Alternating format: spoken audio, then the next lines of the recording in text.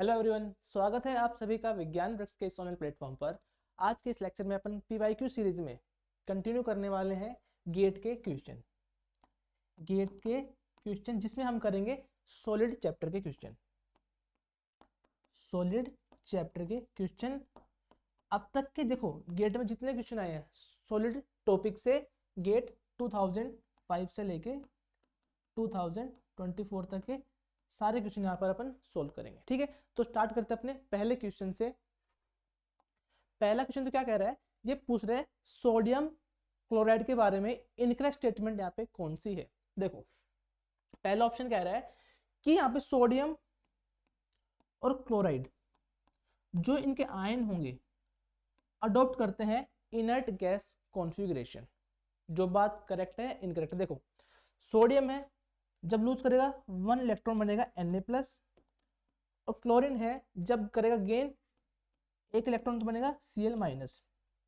ये है इसका एटॉमिक नंबर 10, इसका है 18। दोनों क्या है अपनी इनर्ट गैस कॉन्फ़िगरेशन। इसका मतलब पहला ऑप्शन सही है। यहाँ पूछा गया इनकरेक्ट ऑप्शन। ठीक है, तो देखो सेकंड है कंडक्शन बैंड इज फुल। देखो जो NaCl है ये पूछ रहा है सॉलिड सोडियम क्लोराइड के बारे में। इसका मतलब NaCl है, यह है सॉलिड, और सॉलिड NaCl क्या होता है अपना इंसुलेटर। ठीक है, मतलब कि जो यहाँ पे वैलेंस बैंड है और कंडक्शन बैंड है, इन दोनों के बीच में गैप क्या होता है, वेरी हाई होता है, जिसके वजह से क्या होता है इलेक्ट्रॉन यहाँ से मूव नहीं कर पाते। तो क्या होता है ये एज ए इंसुलेटर काम करता है। जबकि ये अगर लेते हैं हम इसको मोल्टन स्टेट में तो वहां क्या काम करता है, एज ए कंडक्टर यहाँ पे काम करता है। ठीक है, तो इसका मतलब कंडक्शन बैंड क्या होगा यहाँ पे empty.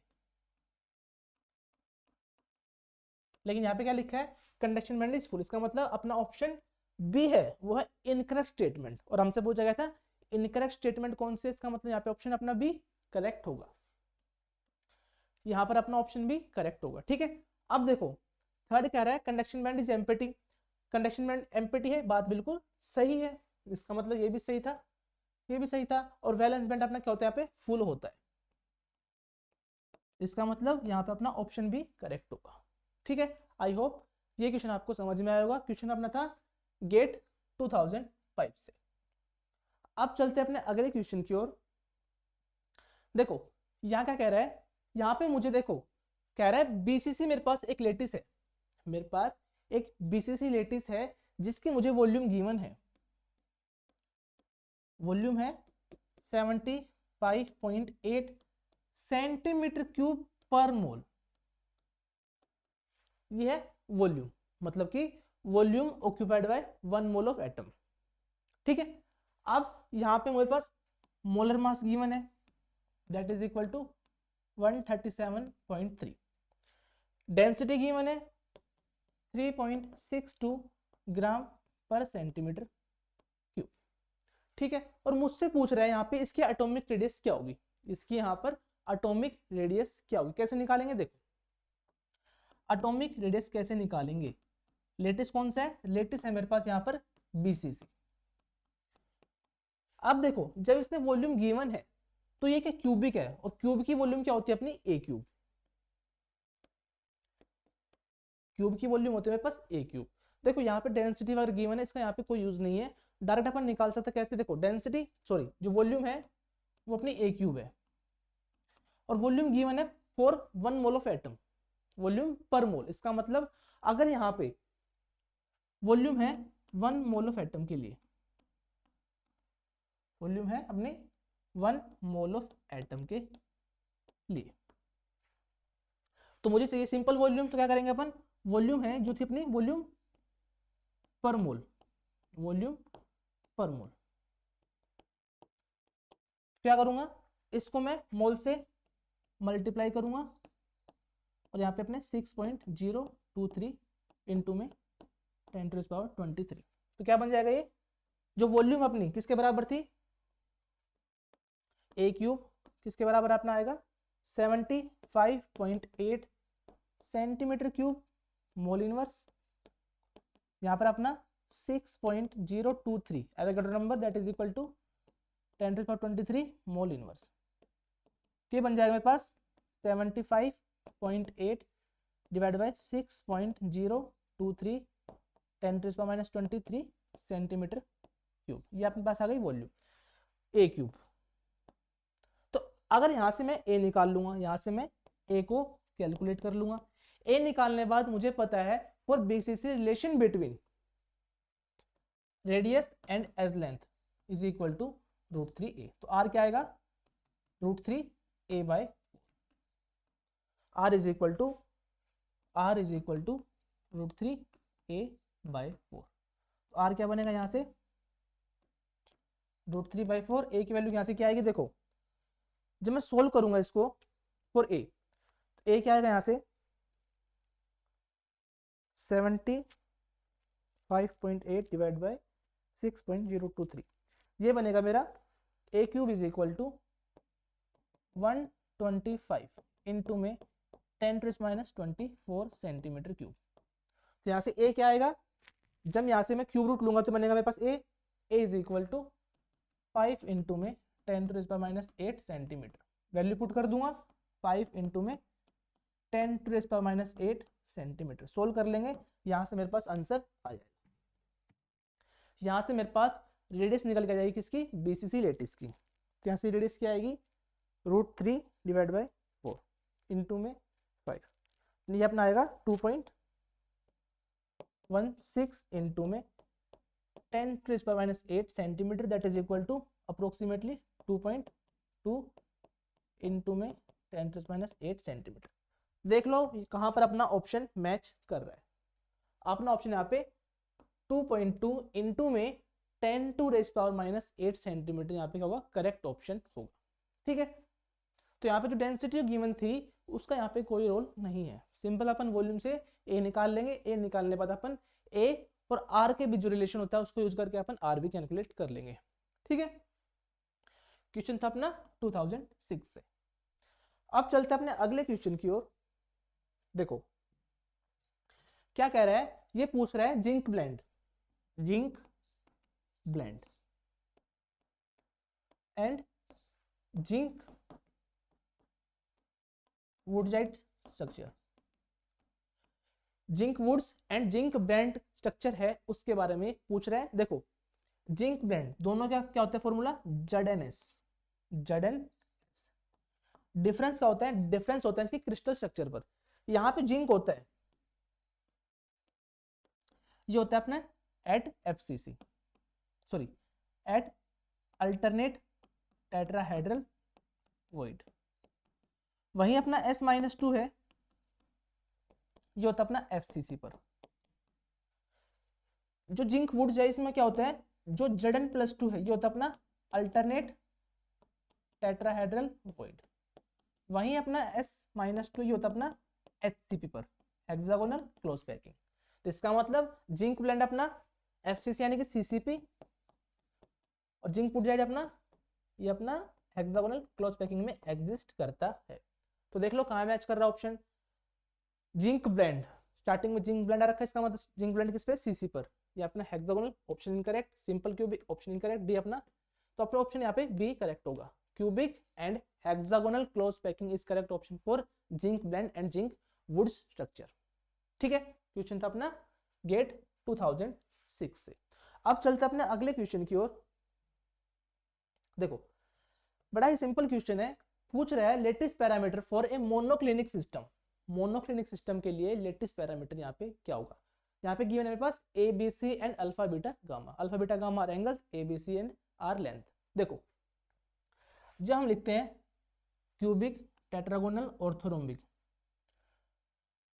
Rhombohedral, hexagonal, monoclinic, triclinic, यहाँ पे क्या होता है अपना A is equal to B is equal to C, A is equal to B but not equal to C, A is equal to B but not equal to C। यहाँ पे अपना A is equal to B is equal to C, यहाँ पे अपना A,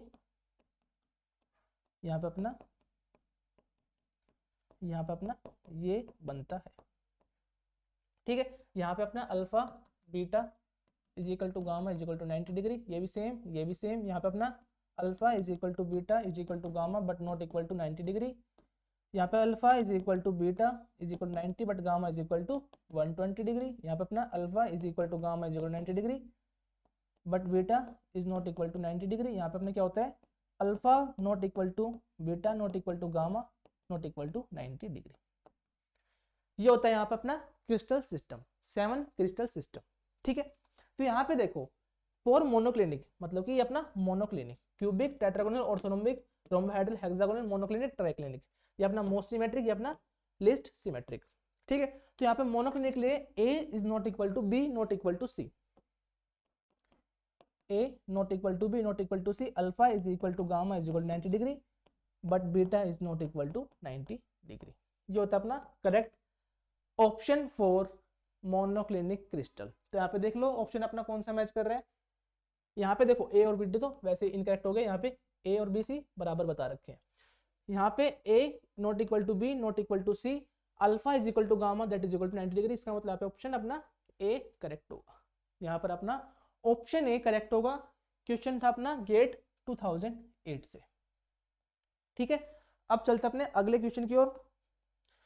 पूछ रहा है कि मेरे पास देखो जो कैल्शियम टाइटेनियम O3 है, ये अपना होता है परवोस्काइट।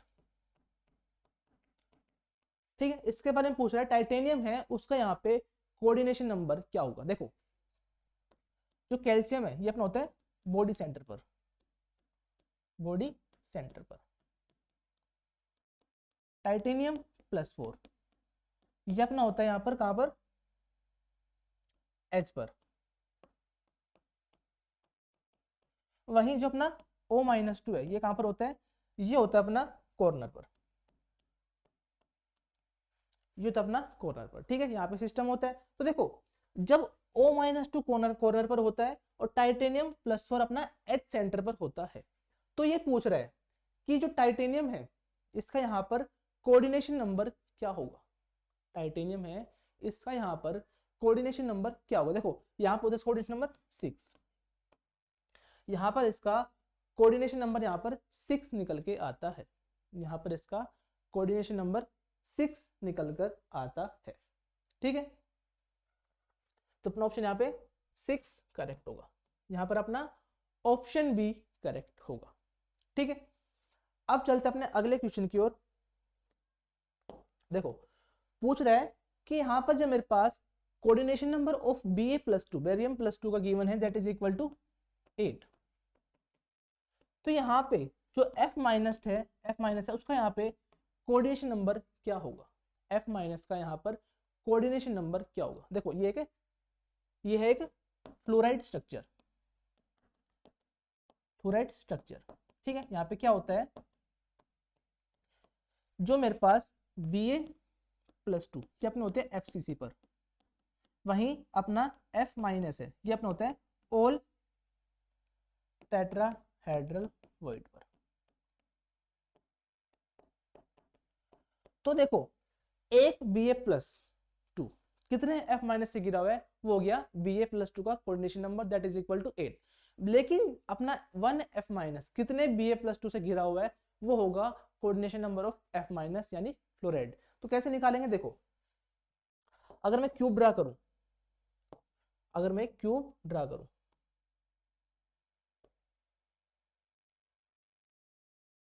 ठीक है, तो यहां पे अपना हो गया क्यूब। तो इस क्यूब में देखो को FCC पर क्या होगा अपना Ba+2 मतलब कि यहां पर फेस सेंटर पर एंड कॉर्नर पर, फेस सेंटर और अपना कॉर्नर, फेस सेंटर अपना कॉर्नर।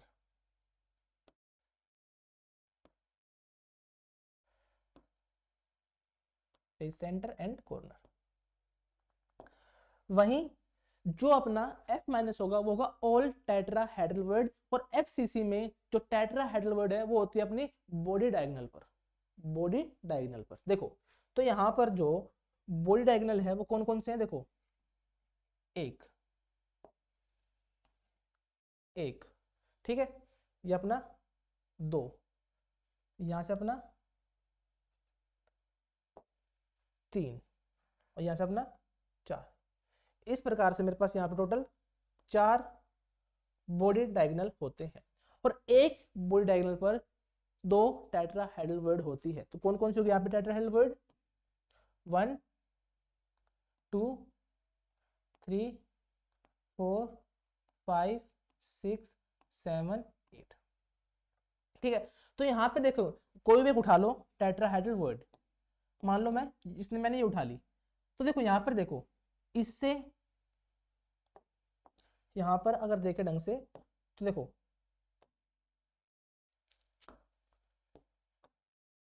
यहाँ पे इससे और इससे और यहाँ पे फ्रंट वाली से, इसका यहाँ पे होगा कोऑर्डिनेशन नंबर 4। इसका मतलब F माइनस का यहाँ पर होगा कोऑर्डिनेशन नंबर 4। तो यहाँ पे 4 will be our correct answer, 4 will be our correct answer. तो यहाँ पर ऑप्शन भी क्या होगा अपना करेक्ट आंसर होगा। क्वेश्चन था अपना 2009 से। अब चलते अपने अगले क्वेश्चन की ओर। कह रहा है कि जब हम एक्सरे पाउडर करते हैं, एक्सरे पाउडर डायफ्रैक्शन करते हैं NaCl का, थीटा कितना ले रखा है यहाँ पर 15.87 डिग्री, और यहाँ पर हम जो वेवलेंथ यूज करते हैं वो अपनी 1.54 इंटू में 10⁻⁻8 सेंटीमीटर।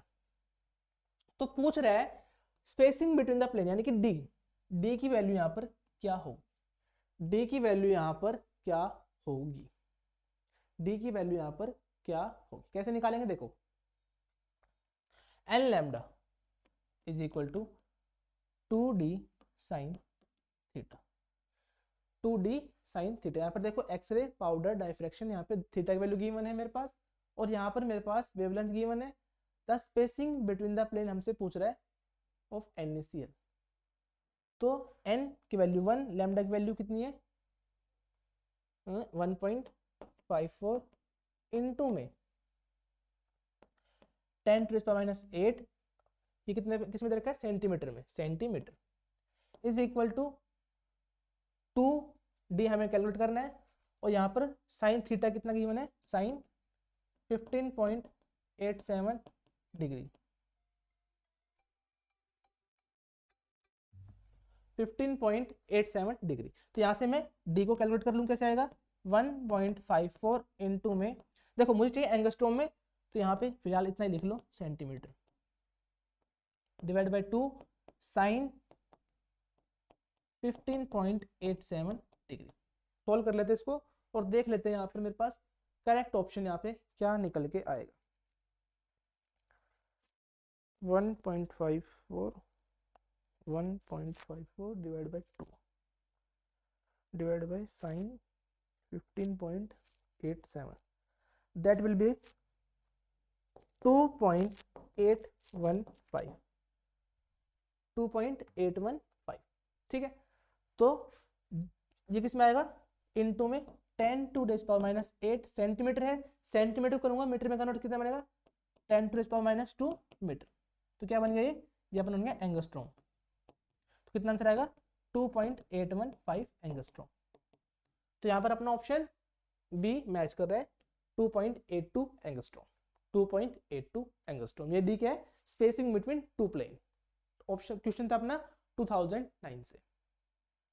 अब चलते हैं अपने अगले क्वेश्चन की ओर। देखो कह रहा है according to band theory, according to band theory जो अपना मैग्नीशियम है ये एक इंसुलेटर है, magnesium insulator according to band theory, लेकिन in practice it act as conductor, मतलब एक्चुअली में ये कंडक्टर होता है। क्यों होता है? देखो मैग्नीशियम है, यहां पर क्या होता है, एक होता है वैलेंस बैंड, वैलेंस बैंड, एक होता है कंडक्शन बैंड जो होता है हाई एनर्जी पर, कंडक्शन बैंड। अब इसने खुद बोला है कि कंडक्टर होता है, तो कंडक्टर में क्या खासियत होती है? कंडक्टर में होती है कि जो कंडक्टर कंडक्शन बैंड है और वैलेंस बैंड है आपस में ओवरलैप करते हैं, जिसकी वजह से क्या होता है यहाँ पर कंडक्टर में इलेक्ट्रिसिटी कंडक्ट होती है। तो यहाँ पे रीजन फॉर जो अपना रीजन है मैग्नीशियम के लिए वो क्या होगा, वैलेंस बैंड और कंडक्शन बैंड आपस में ओवरलैप कर रहे हैं। इसका मतलब ओवरलैप ऑफ, देखो अब यहाँ पे वैलेंस बैंड हो गया, कंडक्शन बैंड हो गया। अब पूछ रहा है मैग्नीशियम के लिए वैलेंस बैंड कौन सा होगा। देखो मैग्नीशियम 12, इसका मतलब नियोन 10, यहाँ पे अपना 3s2, यहाँ पे अपना 3p0। ठीक है, तो यहाँ पे 3s2 क्या फील्ड है, इसका मतलब ये अपना वैलेंस बैंड है, 3p क्या अपना कंडक्शन बैंड है। तो वैलेंस बैंड और कंडक्शन बैंड आपस में ओवरलैप कर रहे हैं, इसका मतलब 3s2 एंड 3p0 आपस में ओवरलैप कर रहे हैं, overlap of field 3s and empty 3p orbital. यहाँ पे अपना ऑप्शन सी करेक्ट होगा, यहाँ पर अपना ऑप्शन सी करेक्ट होगा। क्वेश्चन था अपना गेट 2010 से। अब चलते अपने अगले क्वेश्चन की ओर। देखो, the band structure in a n type semiconductor, n type semiconductor के लिए यहां पूछ रहा है कि जो बैंड स्ट्रक्चर है वो क्या होगी। देखो, जो एन टाइप सेमीकंडक्टर है, एन टाइप सेमीकंडक्टर कैसे बनता है, जब अपन ग्रुप 14 एलिमेंट की कराते हैं डोपिंग, किसके साथ, ग्रुप 15 एलिमेंट के साथ, तो यहाँ पे क्या होता है, एक्सेस ऑफ इलेक्ट्रॉन यहाँ पर बन जाते हैं। तो यहाँ पे होता क्या है, फॉर एन इंसुलेटर, यहाँ पे क्या होता है, sorry for an intrinsic semiconductor, जब अपना होता है प्योर सेमीकंडक्टर, उसमें क्या होता है, वैलेंस बैंड, कंडक्शन बैंड, और जो फर्मी लेवल होता है वो एग्जैक्टली बीच में लाई करता है। ठीक है, लेकिन जब हम बात करते हैं एन टाइप पी टाइप के लिए, वहां पे जो फर्मी लेवल है वो ऊपर नीचे शिफ्ट हो जाता है। कैसे, देखो, फॉर वैलेंस बैंड यहाँ पर अपना होगा नीचे, लेकिन जब बात करते हैं एन टाइप के लिए, तो एन टाइप में है एक्सेस ऑफ इलेक्ट्रॉन, इसका मतलब यहाँ पे बनते हैं डोनर, डोनर जो बैंड है वो यहाँ पे क्रिएट हो जाता है। यहाँ पे कंडक्शन बैंड, और यहाँ पे देखो, यहाँ पे बीच में यहाँ कहीं अपने जो इलेक्ट्रॉन है यहाँ पे लाई करेंगे, ये अपना डोनर बैंड, डोनर बैंड, और यहाँ पे क्या होगा, जो फर्मी लेवल है इन दोनों बीच में लाई करेगा, ये अपना फर्मी लेवल। पी टाइप में क्या होता है, पी टाइप में बनता है एक्सेप्टर लेवल, जो बनता है अपना वैलेंस बैंड के पास। तो ऑप्शन क्या कह रहा था, देखो, हाँ हमें बताना था कि यहाँ पर एन टाइप के लिए यहाँ पे करेक्ट स्ट्रक्चर कौन सी होगी। देखो, यहाँ पे तो ओवरलैप करा दिया क्या अपना कंडक्टर, इसका मतलब ये अपना ऑप्शन फोर्थ इनकरेक्ट। थर्ड के लिए गैप बहुत ज्यादा, इसका मतलब ये क्या है, इंसुलेटर, ये अपना क्या है, इनकरेक्ट। अब ये क्या है, एक्सेप्टर लेवल है, इसका मतलब ये किसके लिए, ये है अपना पी टाइप के लिए। ये अपना डोनर लेवल, इसका मतलब ये क्या है, अपना एन टाइप के लिए। इसका मतलब यहाँ पे अपना जो फर्स्ट है, फर्स्ट स्ट्रक्चर यानी कि ऑप्शन अपना ए यहाँ पे करेक्ट होगा, यहाँ पर अपना ऑप्शन ए करेक्ट होगा। ठीक है, क्वेश्चन था अपना गेट 2011 से। अब चलते अपने अगले क्वेश्चन की ओर। देखो, यहाँ पे क्या कह रहा है, पूछ रहा है कि यहां पर for FCC, for FCC, FCC के लिए जो स्मॉलेस्ट पीक आएगी वो कौन सा प्लेन देगा, स्मॉलेस्ट पीक आएगी वो कौन सा प्लेन देगा। तो क्या होता है यहाँ पर, four sine square theta is equal to n square lambda square 4 that is equal to k, h square plus में के स्क्वायर प्लस में एल स्क्वायर। इनका सम सबसे कम होगा वो, क्योंकि सबसे पहली पीक होगी यानी सबसे छोटी पीक होगी। तो सिलेक्शन रूल होता है किसके लिए, एफसीसी के लिए, वो क्या होता है कि यहां पर आइदर ऑल एच के एल आर इवन और ओड, इवन और ओड। तो यहां पे सबसे पहला प्लेन बन सकता है, वो क्या बनेगा, 1 1 1, ये क्या है, सारे सारे ओड, और एक सारे क्या हो, इवन हो। दो प्लेन बन सकते हैं मेरे पास ये। अब यहां पर वैल्यू पुट करूंगा तो क्या बनेगा, ये 3, इसके लिए क्या बनेगा 4, 4 के 3 के, छोटी कौन सी है 3 के वाली, इसका मतलब ये क्या देगा, ये देगा मेरे पास स्मॉलेस्ट पीक, स्मॉलेस्ट पीक। तो ऑप्शन देख लो, देखो 0 0 2 ये क्या है, ऑल इवन, इसका क्या बना है 4 के, 1 1 1 क्या है, ऑल ओड। यहाँ पे 0 0 1 इसका मतलब क्या है, ये तो अलाउड ही नहीं होगा उसमें, इसका मतलब ये तो अलाउड रिफ्लेक्शन देगा नहीं, इसका मतलब पीक दिखाएगा नहीं। तो सी क्या अपना क्या आएगा, सी यहाँ पर अपना इनकरेक्ट होगा। डी ये पिक नहीं दिखाया क्योंकि यहाँ पे ओड भी है इवन भी, इसका मतलब डी अपना इनकरेक्ट होगा। तो यहां पर देखो, यहां पर जो 0 0 2 है अपना ऑप्शन ए, सॉरी हाँ 1 1 1 यहाँ पे अपना ऑप्शन बी, 1 1 1 है, ये क्या दिखाएगा यहाँ पर स्मॉलेस्ट पीक दिखाएगा। ये अपना यहाँ पर स्मॉलेस्ट पीक दिखाएगा। तो यहाँ पर अपना ऑप्शन बी करेक्ट होगा। ठीक है, यहाँ पर अपना ऑप्शन बी करेक्ट होगा। ठीक है,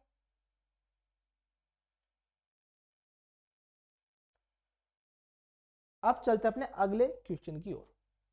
एक क्रिस्टल हैज लैटिस पैरामीटर। देखो यहाँ मेरे पास लैटिस पैरामीटर गिवन है और पूछ रहा है कि ये कौन से क्रिस्टल से बिलोंग करता है। क्या गिवन है मेरे पास, a is not equal to b not equal to c, यानी कि जो लेंथ है वो आपस में बराबर नहीं है और जो एंगल है वो सारे के सारे के आपस में बराबर है। तो देख लो, मैंने बनाया था, शायद दिखा देता हूँ वही। देखो ये रहा, a not equal to b not equal to c but alpha beta gamma is equal to 90 degree. यहाँ पे अपना बनेगा ये ऑर्थोरोम्बिक, ऑर्थोरोम्बिक। तो यहाँ पे ऑप्शन कौन सा आएगा अपना, ऑर्थोरोम्बिक। यहाँ पर अपना ऑप्शन ऑर्थोरोम्बिक क्या होगा, करेक्ट होगा। ऑर्थोरोम्बिक क्या होगा, करेक्ट हो। क्यूबिक के लिए एंगल बराबर होते हैं और लेंथ भी सारी बराबर होती है। मोनोक्लिनिक में क्या होता है अपना, a not equal to b not equal to c but alpha is equal to beta, alpha is equal to gamma is equal to 90 degree. यहाँ पे क्या होता है टेट्रागोनल में, a is equal to b but not equal to c, alpha is equal to beta is equal to gamma is equal to 90 degree. तो यहाँ पर अपना ऑप्शन डी क्या होगा, करेक्ट ऑप्शन होगा। क्वेश्चन था अपना गेट 2013 से। अब चलते अपने अगले क्वेश्चन की ओर। देखो यहाँ पे क्या कह रहा है कि मेरे पास जो एफसीसी लेटेस्ट गिवन है, एक एफसीसी लेटेस्ट गिवन है और यहाँ पे उसका लेटेस्ट पैरामीटर है यानी कि एज लेंथ कितनी गिवन है, 4.20 एंगस्ट्रॉम, और पूछ रहा है the shortest atom to atom contact distance. इसका मतलब nearest neighbour distance, nearest neighbour distance यहाँ पे कितनी होगी, कितनी होगी, नियरेस्ट नेबर डिस्टेंस हो यहाँ पे कितनी होगी। देखो फॉर एफसीसी जो नियरेस्ट नेबर डिस्टेंस है वो होती है अपनी a/√2 पर, a/√2 पर, और फॉर बीसीसी ये होती है अपनी √3 a/2 पर। तो पूछा गया है बीसीसी के लिए, तो यहाँ पे देखो a/√2 नियरेस्ट नेबर डिस्टेंस का मतलब क्या है, सबसे पास में एटम कितनी दूरी पर होगा। ठीक है, तो a/√2, ए कितनी गिवन है अपने पास 4.20 डिवाइड बाय √2 एंगस्ट्रॉम। सोल्व कर लेंगे, यहां से मेरे पास इसका आंसर भी आ जाएगा। सोल्व कर लेंगे, यहां से मेरे पास इसका आंसर आ जाएगा 4.20 divide by √2 that is equal 2.96, 2.969 करेंगे राउंड ऑफ, ये बन जाएगा अपना 2.97 एंगस्ट्रॉम। यानी आपका ऑप्शन यहाँ पर बी करेक्ट होगा। यहाँ पर अपना ऑप्शन बी करेक्ट होगा, 2.97 एंगस्ट्रॉम। क्वेश्चन था अपना 2013 से। अब चलते अपने अगले क्वेश्चन की ओर। देखो यहां क्या है, यहां मेरे पास एक मोलिबेडनम एटम गिवन है जिसकी मुझे यहां पर सेल डायमेंशन है कि सेल एज लेंथ गिवन है 0.314 नैनोमीटर। ठीक है, और एटॉमिक मास है वो कितना गिवन है यहां पर 96 ग्राम पर मोल। तो पूछ रहे हैं यहाँ पे डेंसिटी है वो क्या होगी, और जो अपना मोलिबेडनम एटम है ये करता है बीसीसी में एग्जिस्ट। कुछ नहीं करना, हमें सिर्फ और सिर्फ डेंसिटी का फॉर्मूला अप्लाई करना है और यहाँ से मेरे पास डेंसिटी आ जाएगी। देखो ध्यान रखना, डेंसिटी पूछे किलोग्राम पर मीटर क्यूब, तो कैसे निकालेंगे, देखो density is equal to z into में मोलर मास यानी atomic mass divide by Avogadro number into में वॉल्यूम। तो फॉर बीसीसी यानी कि क्यूब की बात कर रहे हैं, तो यानी कि वॉल्यूम क्या होगी ए क्यूब। जेड अपना फॉर बीसीसी क्या होता है 2 बॉडी सेंटर प्लस में कॉर्नर के एटम मिला के, तो क्या बनेगा 2 इंटू में 96 ग्राम, ये बनेगा अपना 6.023 इंटू में 10⁻23। वॉल्यूम क्या बनेगी अपनी, देखो ए कितनी है 0.314 नैनोमीटर। अगर मैं इसको करूं मीटर में कन्वर्ट, कितना बनेगा 0.314 इंटू में 10⁻⁹ मीटर। वही अपना ग्राम है, इसको कन्वर्ट करूं किलोग्राम में, क्या बनेगा 96 इंटू में 10⁻³ किलोग्राम पर, क्योंकि मुझे आंसर चाहिए किलोग्राम और मीटर क्यूब में। तो कितना बनेगा ये 0.314 का क्यूब इंटू में 10⁻27।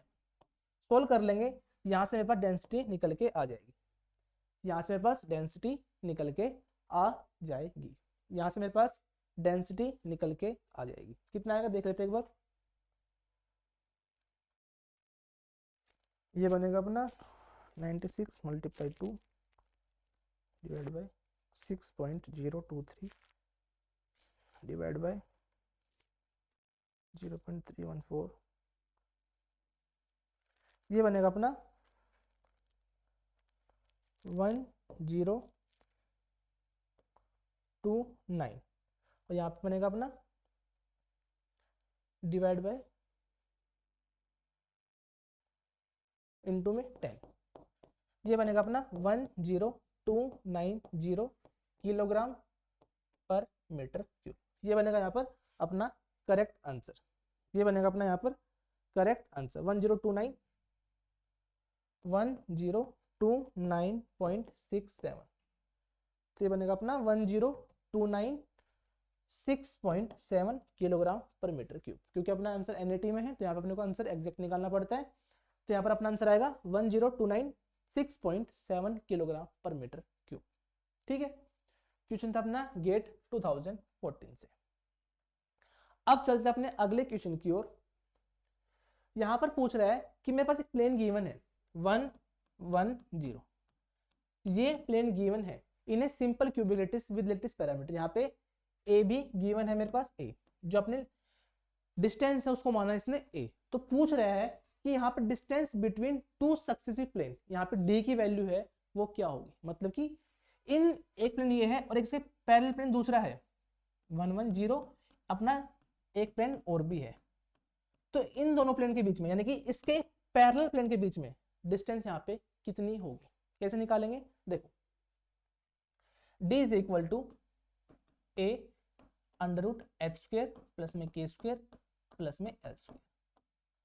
h² क्या है, Miller indices for this plane that is equal to 110, तो d is equal to a 1² plus 1 का स्क्वायर प्लस में 0 का स्क्वायर, कितना बनेगा यहाँ पर a/√, a/√, आंसर अपना आएगा a/√। मतलब कि इस प्लेन के बीच में या फिर ओरिजिन के बीच में कितना डिस्टेंस होगा a/√। अब चलते अपने अगले क्वेश्चन की ओर। पूछ रहा है कि यहाँ पर इनकरेक्ट स्टेटमेंट कौन सी है, इनकरेक्ट स्टेटमेंट यहाँ पे कौन सी है। पहला कह रहा है कि फ्रैंकल डिफेक्ट है, Frenkel defect is a cation vacancy defect यानी कटाइन इंटरस्टेशियल। पूछ रहे इनकरेक्ट स्टेटमेंट, इसका मतलब देखो फ्रैंकल में क्या होता है, फ्रैंकल में यहाँ पर अपना एबिलिटीज कोई है तो यहाँ पे जो कटाइन होता है वो अपनी कटाइन देखो b minus a plus b minus, ये अपने पास कोई लेटिस है, ये अपने पास लेटिस है, तो यहाँ पे क्या होगा a प्लस b माइनस यहाँ अपना b plus a plus b minus a plus, तो यहाँ पे क्या होता है अपना a प्लस है, a प्लस यहाँ से साइड वैकेंट करके बीच में कहीं इंटरस्टेशियल साइड पे आ जाता है, तो ये क्या होता है फ्रैंकल डिफेक्ट, एक तरह का इंटरस्टेशियल डिफेक्ट ही होता है, इंटरस्टेशियल डिफेक्ट ही होता है। इसका मतलब पहले स्टेटमेंट क्या है, एक सही बात है, Frenkel defect is a cation vacancy, और यहाँ पे कटाइन क्या होता है इंटरस्टेशियल साइड पर होता है। दूसरा फ्रैंकल डिफेक्ट है वो अनायन वैकेंसी बता रहे हैं, यहाँ पे अनायन वैकेंसी होती नहीं है, इसका मतलब जो पहली और दूसरी है इनमें से ही एक चीज गलत होगी, तो इसका मतलब जो बी है वो क्या है गलत स्टेटमेंट है, ये क्या अपनी इनकरेक्ट। सी कह रहा है डेंसिटी है वो यहाँ पे सेम रहती है इन केस ऑफ फ्रैंकल, सही बात है क्योंकि यहाँ पे ए प्लस में कहीं बाहर नहीं गया, मतलब एटम है वो अंदर ही है, इसका मतलब यहाँ पे मास कांस्टेंट है और वॉल्यूम कांस्टेंट, इसका मतलब यहाँ पे डेंसिटी भी कांस्टेंट है, डेंसिटी यहाँ पे चेंज नहीं हुई है, इसका मतलब अपना ऑप्शन सी भी क्या है सही स्टेटमेंट है। ऑप्शन डी यहाँ पे डेंसिटी ऑफ सॉलिड है डिक्रीज होती है इन केस ऑफ शॉर्ट की में क्या होता है equal number of cation and equal number of अनायन क्या होता है आप यहाँ पे बाहर चले जाते हैं लेटिस से, इसका मतलब यहाँ पे डेंसिटी डिक्रीज होती है, तो इसका मतलब अपनी जो स्टेटमेंट डी है वो भी क्या सही है, हमसे पूछी थी इनकरेक्ट स्टेटमेंट, तो यहाँ पे कौन सी होगी, अपना ऑप्शन भी यहाँ पे करेक्ट होगा, यहाँ पर अपना ऑप्शन भी करेक्ट होगा। क्वेश्चन था अपना गेट 2015 से। ठीक है, अब चलते हैं अपने अगले क्वेश्चन की ओर। देखो यहां पूछ रहा है कि इलेक्ट्रिकल कंडक्टिविटी है मेटल की, उसके रिगार्डिंग 4 ऑप्शन दिए गए हैं, तो यहाँ पे सही कौन सा होगा। देखो ये पूछ रहा है कि इलेक्ट्रिकल कंडक्टिविटी है मेटल की डिक्रीज या इंक्रीज होती है किसके साथ, टेम्परेचर के साथ, मतलब कि कंडक्टिविटी पर टेम्परेचर का क्या इफेक्ट पड़ता है। देखो फॉर मेटल, तो यहाँ पे क्या होता है, फॉर मेटल यहाँ पे इलेक्ट्रॉन क्लाउड होते हैं, इलेक्ट्रॉन होते हैं। तो जब हम बढ़ाते हैं टेम्परेचर, हम बढ़ाते हैं टेम्परेचर, तो यहाँ पे क्या होता है, रेजिस्टेंस बढ़ता है, रेजिस्टेंस, टेम्परेचर बढ़ाते हैं तो यहाँ पे अपना रेजिस्टेंस है, रेजिस्टेंस यहाँ पे बढ़ता है। क्यों, क्योंकि यहाँ पे कोलिजन बिटवीन इलेक्ट्रॉन बढ़ता है, जिसकी वजह से यहाँ पे डिफिकल्टी होती है इन मूवमेंट ऑफ इलेक्ट्रॉन, यहाँ पे जो कंडक्टिविटी है वो यहाँ पे डिक्रीज होती है विद टेम्परेचर के साथ। तो यानी कि टेम्परेचर बढ़ाएंगे तो यहाँ पे कंडक्टिविटी डिक्रीज होती है, तो यहाँ पे कंडक्टिविटी डिक्रीज करेगी विद इंक्रीजिंग टेम्परेचर। अपना ऑप्शन यहाँ पे बी करेक्ट होगा। ठीक है, अब चलते हैं अपने अगले क्वेश्चन की ओर। कह रहा है कि सोडियम क्लोराइड अपने पास क्रिस्टल है NaCl। ठीक है, इसको जब हीट करते हैं इन प्रेजेंस सोडियम वेपर, तो यहाँ मेरे पास क्या देखने को मिलता है, यहाँ पे मेरे पास एक येलो कलर देखने को मिलता है। वो येलो कलर क्यों आता है, देखो मेरे पास Na+Cl-, ये अपने पास क्रिस्टल है Na+Cl-।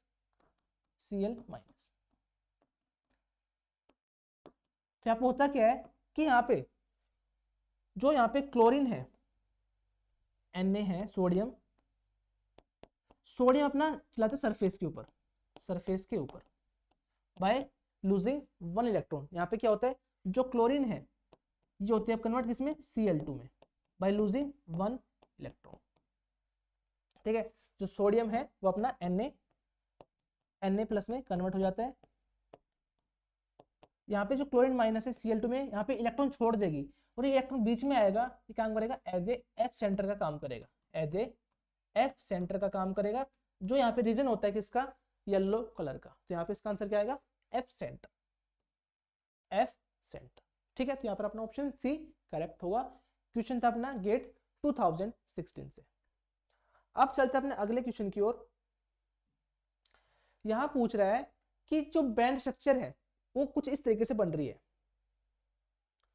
यानी कि देखो जो वैकेंट है, वैकेंट क्या अपना एक्सेप्टर लेवल, ये खुद समझना पड़ेगा, बता के नहीं दे रहा वो, ये एक्सेप्टर लेवल है।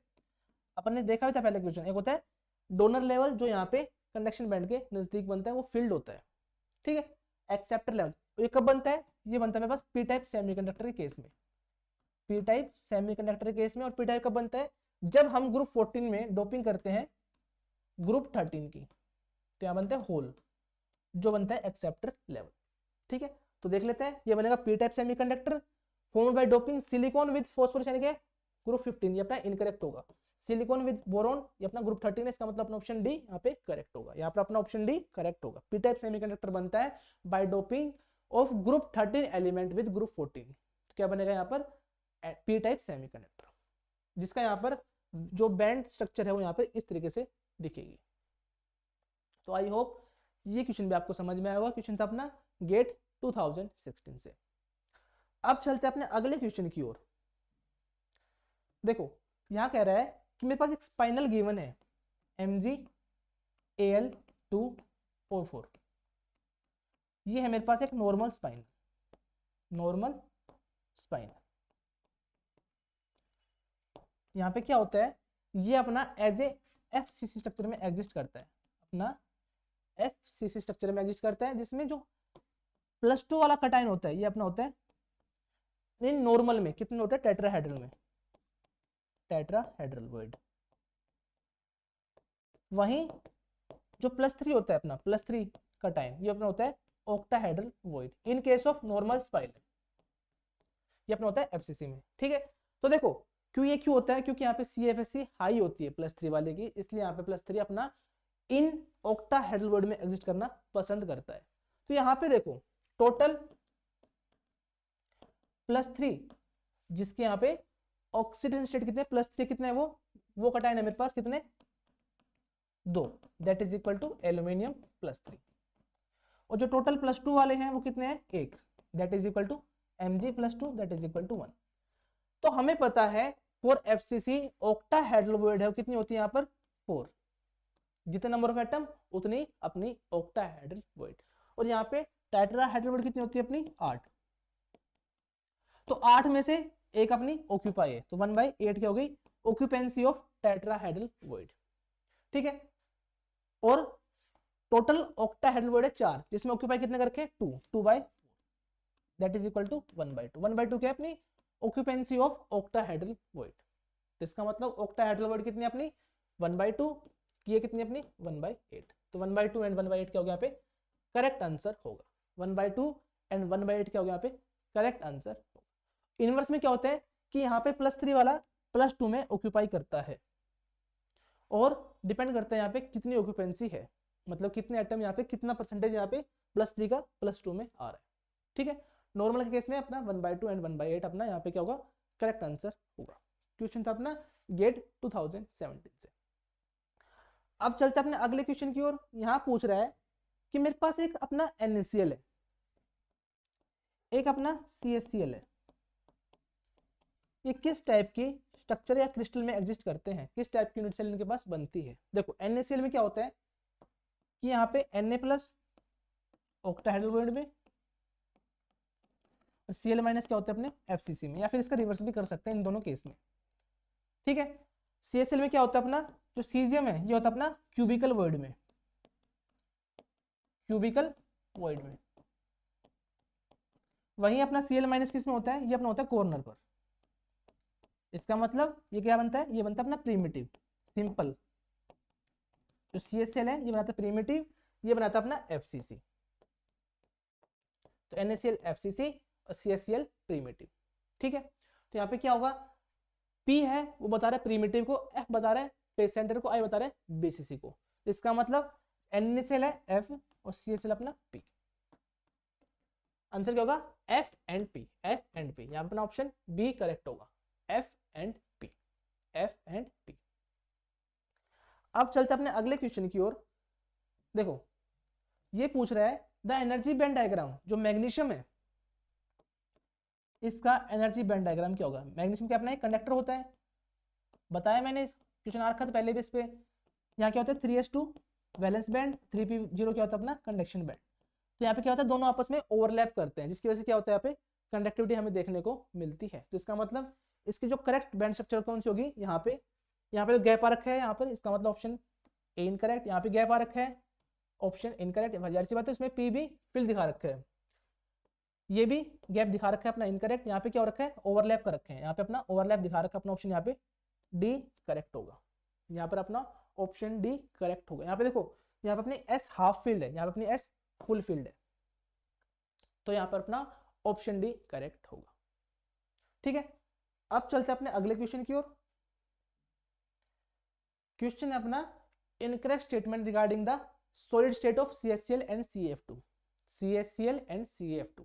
तो देखो क्या कह रहा है cation in both solid exhibit coordination number 8। देखो CaCl है बताया मैंने अभी, Cl- कोऑर्डिनेशन, Cl- कहां पर होगा अपना कॉर्नर पर, और सीजियम कहां पर होगा क्यूबिकल वॉइड पर। तो यहाँ पे जो Cl- का होगा कोऑर्डिनेशन नंबर, Cl- का यहाँ पर होगा कोऑर्डिनेशन नंबर, वो होगा अपना 8, क्योंकि ये 8 सीजियम से घिरा होगा एट डिस्टेंस ऑफ √3a/2। तो यहाँ पे होगा coordination number of Cl- that is equal to 8, और इसका यहाँ पे होगा कोऑर्डिनेशन नंबर इसका भी 8 होगा, क्योंकि ये भी अपने इतने डिस्टेंस पर किससे गिरा हुआ है Cl- पर, इतने ही डिस्टेंस पर। ठीक है, तो यहाँ पे cation in both solid exhibit coordination number 8। वहीं बात करें CaF2 की, CaF2 की, तो CaF2 में क्या होता है यहाँ पर बताया था मैंने, ये क्या है ये एक फ्लोराइड है, फ्लोराइड। कैल्शियम बना होता है FCC पर, वहीं F- कहां पर होता है अपना ऑल टेट्राहेड्रल वॉइड पर। यहां पर भी क्या होगा कोऑर्डिनेशन नंबर अपने को दोनों को 8 देखने को मिलता है। तो यहाँ पर अपना क्या होगा, अपना ऑप्शन ए करेक्ट होगा। यहाँ पूछा इनकरेक्ट, CHCl हैव BCC, बताया मैंने CHCl क्या होती है, एक सिंपल क्यूबिक होती है SCC, और यहाँ पर अपना CF2 क्या होता है CCP यानी कि FCC। तो इसका मतलब ये अपना इनकरेक्ट स्टेटमेंट है, और पूछा था मुझसे इनकरेक्ट ऑप्शन, इसका मतलब यहाँ पर अपना करेक्ट ऑप्शन बी होगा। यहाँ पर अपना करेक्ट ऑप्शन यहाँ पर अपना बी होगा, ठीक है। और यहाँ पर अब चलते हैं अपने, देखो ये था अपना गेट 2019 का क्वेश्चन, ये था अपना गेट 2019 का क्वेश्चन। अब चलते हैं अपने अगले क्वेश्चन की ओर। देखो इसमें क्या है कि कह रहा है AgX मेरे पास एक क्रिस्टल है Ag, ठीक है, जिसकी मुझे डेंसिटी गिवन है that is equal to 6477 kilogram per metre cube, जिसको अगर हम ग्राम पर सेंटीमीटर क्यूब में कन्वर्ट करेंगे तो कितना बनेगा, 6477 इंटू में 1000 डिवाइड बाय 10⁶, कितना बनेगा ये 6.477 gram per centimetre cube. And unit cell length यहाँ पे ए भी गिवन है कितनी 57.5 पिकोमीटर। अगर मैं करूँ इसको सेंटीमीटर में कन्वर्ट कितना बनेगा ये 577.5 इंटू में 10⁻⁻10 सेंटीमीटर। तो यहाँ पूछ रहा है एटॉमिक वेट, यहाँ पे Ag का गिवन है, यहाँ पे मेरे पास एटॉमिक वेट है Ag कितना गिवन है, एटॉमिक वेट ऑफ Ag कितना गिवन है यहाँ पर 107.87 ग्राम पर मोल। तो यहाँ पूछ रहा है कि एटॉमिक वेट ऑफ X, जो X अनायन है उसका एटॉमिक वेट कितना होगा, कैसे निकालेंगे, देखो density is equal to Z multiply में M divide by Na into में वॉल्यूम। यहाँ मेरे पास सब कुछ गिवन है, देखो रॉक साल्ट स्ट्रक्चर, इसका मतलब ये FCC है, CCP स्ट्रक्चर। तो Z फोर CCP क्या होता है अपना 4, इसका मतलब रो भी गिवन है, Z भी गिवन है, Na पता है मुझे, वॉल्यूम पता है A क्यूब। तो यहाँ से मैं M कैलकुलेट कर लूंगा, यहाँ से मैं M कैलकुलेट कर लूंगा, यहाँ से मैं M कैलकुलेट कर लूंगा। कैसे करूंगा, देखो M is equal to rho into में Na इंटू में A cube divide by Z। तो रो की वैल्यू कितनी गिवन है 6.477, 6.477 6.023 इंटू में 10⁻23। वॉल्यूम कितनी है अपनी 577.5 577.5 का क्यूब इंटू में 10⁻30 10⁻30। यहाँ पे जेड कितना अपना आएगा, जेड अपना आएगा 4। ये किस में आएगा, ये अपना आएगा ग्राम पर मोल में, ग्राम पर मोल। सोल्व कर लेंगे तो ये अपना आएगा मोलर मास ऑफ AgX, ये अपना आएगा मोलर मास ऑफ AgX, जो होता है अपना मास ऑफ सिल्वर प्लस में मास ऑफ अनायन, ठीक है। सोल्व कर लेते हैं, यहां से अपना कितना निकल के आता है, यहां से आएगा मेरे पास 6.477 6.023 इंटू में 577.3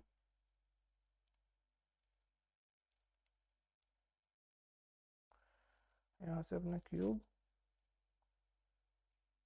डिवाइड बाय 4, ये अपना आएगा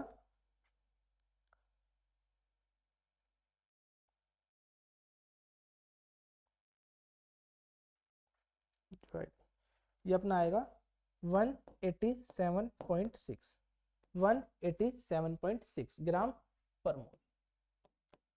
अब मुझे निकालना है मास ऑफ अनायन। क्या होगा मास ऑफ अनायन, कि मास ऑफ Ag प्लस में mass of X minus is equal to 187.6। तो मास ऑफ X माइनस क्या होगा 187.6 माइनस में mass of Ag plus that is equal to 107.87 107.87 gram पर मोल। कितना बनेगा ये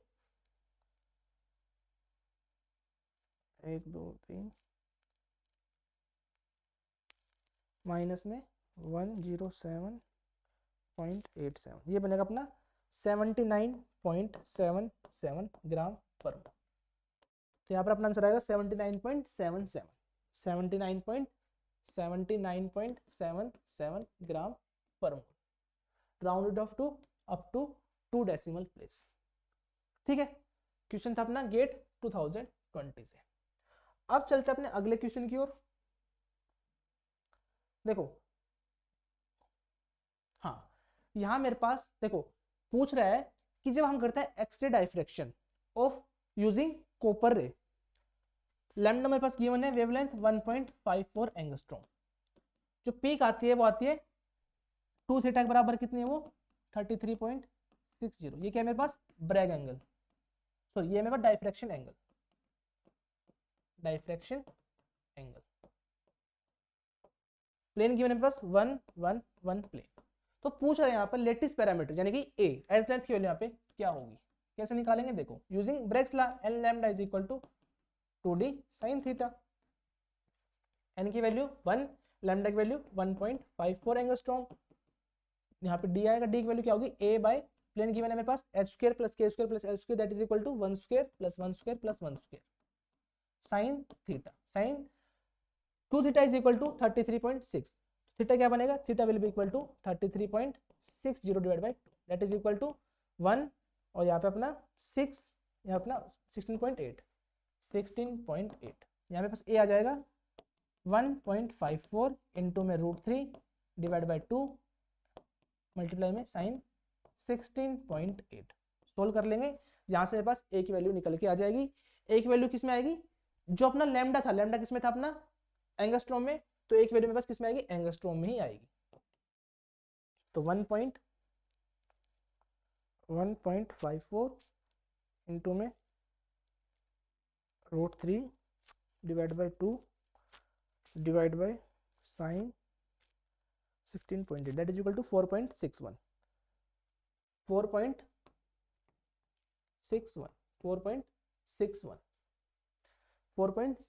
एंगस्ट्रॉम। ठीक है, अब चलते अपने अगले क्वेश्चन की ओर। देखो कह रहा है कि डाइफ्रैक्शन एंगल है, डाइफ्रैक्शन एंगल है वो क्या होगा, डाइफ्रैक्शन एंगल होता है 2 थीटा, एक होता है अपना ब्रेग्स एंगल जो होता है अपना थीटा।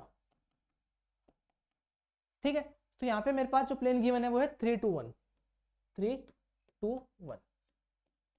रेडियस की मेरे पास कितनी 0.125 नैनोमीटर, अडोप्टिंग बीसीसी स्ट्रक्चर।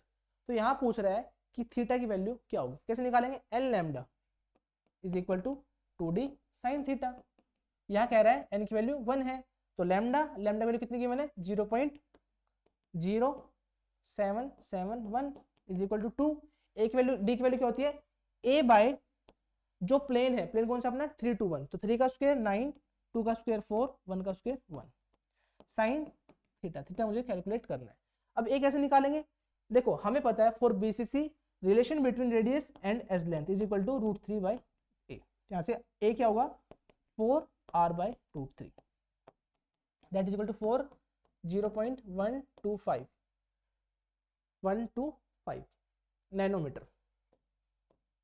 देखो लैम्डा और जो ए की वैल्यू हमने दोनों सेम यूनिट में रखनी, that is equal to nanometre divide by √3, कितना बनेगा ये 2 मल्टीप्लाई में यहाँ पर ना 4 0.125 साइन थीटा डिवाइड बाय 40 √40 0.0771। अब देखो 4 to 8, 8 मल्टीप्लाई में 0.125 दैट इज इक्वल टू 1, तो साइन थीटा क्या होगा यहाँ पे, sine theta will be equal to 0.0771 multiply में √14।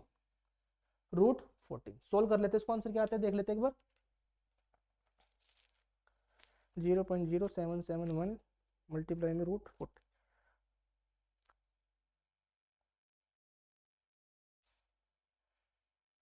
√14 डिवाइड बाय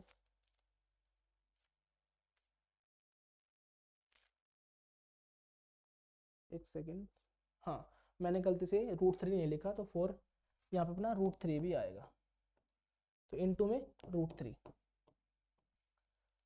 इनटू में √3 ये अपना आएगा 0.5 दैट इज इक्वल टू 1/2। अब साइन 30 क्या होता है अपना, साइन 30 इज इक्वल टू 1/2, इसका मतलब थीटा कितना आया 30 डिग्री।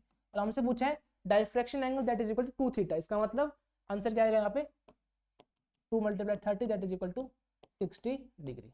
आंसर क्या आएगा यहाँ पर 60 डिग्री। आंसर यहाँ पे क्या होगा 60 डिग्री ना कि 30 डिग्री। ठीक है, अब चलते हैं अपने अगले क्वेश्चन की ओर। देखो बड़ा ही इंटरेस्टिंग क्वेश्चन है। क्या कह रहा है, देखो यहां मेरे पास अलग अलग प्लेन गिवन है, अलग अलग प्लेन गिवन है और पूछ रहा है कि ये कौन से सिस्टम से बिलोंग करता है। कैसे निकालेंगे, देखो बड़ा सिंपल तरीका है। 1 1 0, ये मेरे पास 3 प्लेन गिवन है 1 0 1 एंड 0 1 1। अब यहाँ पे 1 1 0 1 1 0, इस प्लेन का मतलब क्या है, इस प्लेन का मतलब है कि x एंड y पर ये इंटरसेप्ट कर रहा है और z के क्या है पैरेलल है।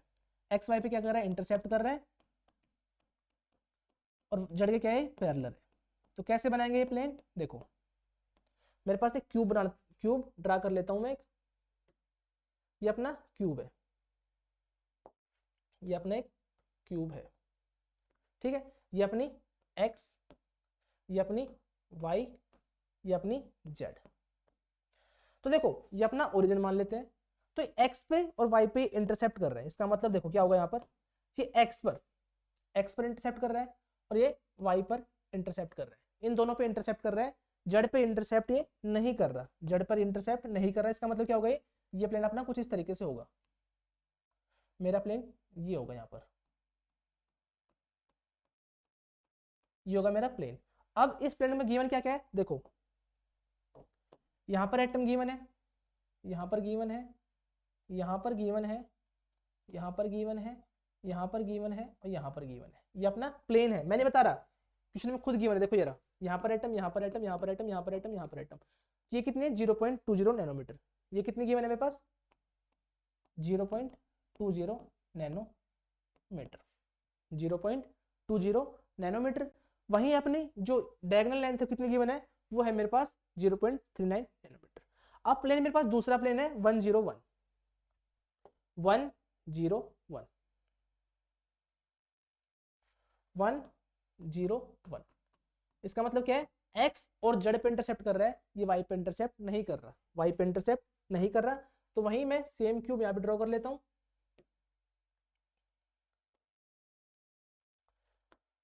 ये अपना क्यूब, ये अपना x, ये अपनी y, ये अपनी z। तो वही ये z पे, ये अपने z पे और अपने ये x पे यहां पर इंटरसेप्ट कर रहा है। ये अपना z पे और अपना ये x पे यहां पर अपना इंटरसेप्ट कर। तो प्लेन कौन सा बनेगा, ये प्लेन, अपना ये प्लेन, ये मेरे पास ये प्लेन बन गया। यहाँ पर एटम कहाँ पे, कॉर्नर पर, यहाँ पर और यहाँ पर, यहाँ पर, यहाँ पर। जिसकी मुझे ये लेंथ कितनी गिवन है, ये गिवन है मेरे पास कितनी 0.30, मतलब कि दो एटम के बीच में 0.30। ये अपनी कितनी है 0.30 नैनो।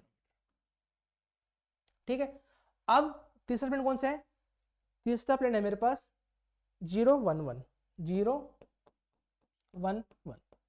011 ड्रॉ करेंगे इस प्लेन को 011।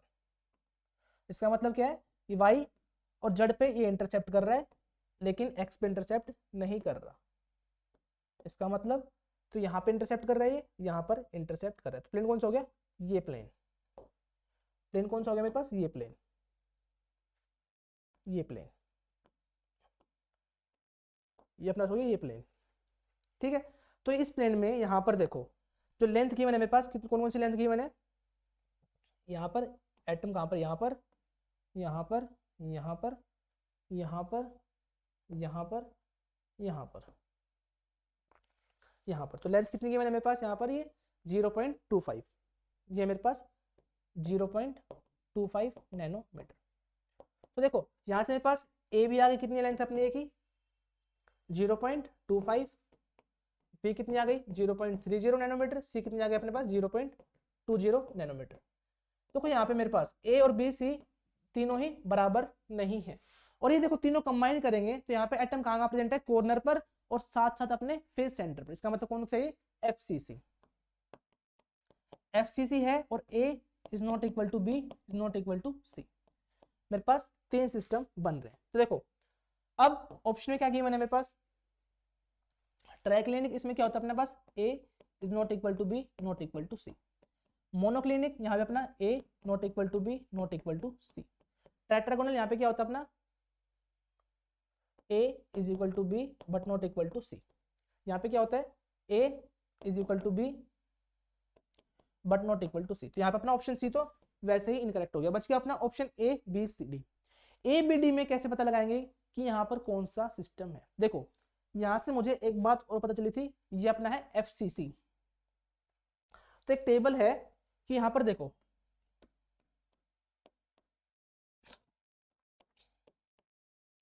देखो cubic, tetragonal, orthorhombic, monoclinic, hexagonal, rhombohedral, triclinic, ये मेरे पास 7 सिस्टम होते हैं। तो देखो यहाँ पर इसमें मेरा simple, F centre, face centre और यहाँ पे बॉडी सेंटर, तीनों तरह की जो 3 तरह की यूनिट सेल है यहाँ पे इसमें एग्जिस्ट करती है। किसमें, क्यूबिक में। टेट्रागोनल में बॉडी सेंटर, फेस सेंटर, यहाँ पर अपना simple, body centre, face centre and centre, यहाँ पे अपना एंड सेंटर एंड सिंपल, यहाँ पे अपना सिंपल, यहाँ अपना सिंपल, यहाँ अपना सिंपल। तो इन सिस्टम में मेरे पास ये तरह की यूनिट सेल देखने को मिलती है। तो देखो ऑप्शन में क्या गिवन था मेरे पास, ऑप्शन में मेरे पास triclinic, monoclinic and orthorhombic. Triclinic, monoclinic and orthorhombic. देखो यहाँ पे FCC नहीं है, यहाँ पर FCC नहीं है, लेकिन यहाँ पे FCC है। इसका मतलब यहाँ पे अपना ऑर्थोरोम्बिक सिस्टम बनेगा, यहाँ पर अपना ऑर्थोरोम्बिक सिस्टम बनेगा। जो गिवन सिस्टम था वो मेरे पास कौन सा था, ऑर्थोरोम्बिक। एस का मतलब क्या है, सिंपल, प्रिमिटिव। एफ का मतलब फेस सेंटर, बी का मतलब बॉडी सेंटर, ई का मतलब एंड सेंटर। ठीक है, तो यहाँ पर अपना ऑप्शन करेक्ट कौन सा होगा, यहाँ पर अपना करेक्ट ऑप्शन ऑर्थोरोम्बिक होगा, ऑप्शन डी। यहाँ पर अपना ऑप्शन डी क्या होगा, करेक्ट ऑप्शन होगा। ठीक है, अब चलते अपने अगले क्वेश्चन की ओर। वैसे देख भी सकते थे यहाँ पर अगला क्वेश्चन कौन सा है, ये पूछ रहा है पैकिंग एफिशिएंसी है वो बॉडी सेंटर के लिए कितनी होती है। तो कैसे निकालता है पैकिंग एफिशिएंसी, जेड इनटू में volume of one atom that is equal to 4/3 pi r cube divide by total volume. तो फॉर बीसीसी हमारे पास निकल के आती है 68 0.68। इसका आंसर क्या होगा 0.68 यानी 68%। इन परसेंटेज क्या करेंगे, इसको 100 से मल्टीप्लाई कर देंगे, क्या बनेगा 68%। ठीक है, अब चलते हैं अपने लास्ट क्वेश्चन की ओर, जो अपना गेट 2024 से पूछ रहा है compound which shows perovskite structure in solid state, इनमें से कौन कौन से ऑप्शन करेक्ट होंगे। इज आर मतलब कि एमएसक्यू क्वेश्चन है। देखो क्या होता है प्रोवोस्काइट, जहां मेरे पास 2 तरह के कैटायन होते हैं, A+2 B+4 अपना O। मेरे पास 2 कैटायन होते हैं, यहाँ पे क्या होता है A का साइज क्या होता है B से ज्यादा होता है, A का साइज मेरे B से ज्यादा होता है, जो होता है अपना प्रोवोस्काइट। तो यहाँ पे देखो Fe+3 सॉरी यहाँ पे अपना O3 होता है, O3 A1 B1 O3 जो होता है अपना प्रोवोस्काइट। यहाँ पे ना O4 आ रखा है, O4 आ रखा है, इसका मतलब ऑप्शन सी और डी तो वैसे ही इनकरेक्ट हो गया। ए और बी बच गया। देखो कैल्शियम, टाइटेनियम, ऑक्सीजन। यहाँ पे क्या होता है कैल्शियम का साइज बड़ा होता है किससे, टाइटेनियम+4 से। इसका मतलब अपना ऑप्शन बी करेक्ट हो गया। यहाँ पे सीजियम का साइज क्या होता है बड़ा होता है किससे, लेड से। तो अपना ऑप्शन ए भी करेक्ट हो गया। तो यहाँ पर अपना ए और बी क्या होगा करेक्ट आंसर होगा। यहाँ पर अपना ए और बी क्या होगा करेक्ट आंसर होगा। तो ये थे अपने सॉलिड चैप्टर के PYQ, सॉलिड गेट के PYQ। यहाँ पर ने 2005 से लेके 2024 तक के सारे क्वेश्चन सोल्व कर लिए हैं। तो होपफुली जो क्वेश्चन अपन ने आज सोल्व किए आपको समझ में आए होंगे। अगर आपको सेशन अच्छा लगे तो सेशन को लाइक करना ना भूलें, और अगर आप चैनल पर नए हैं तो चैनल को सब्सक्राइब करना भी ना भूलें। ठीक है, तो मिलते हैं किसी नेक्स्ट लेक्चर में किसी नए टॉपिक के साथ। तब तक के लिए बाय बाय, थैंक यू।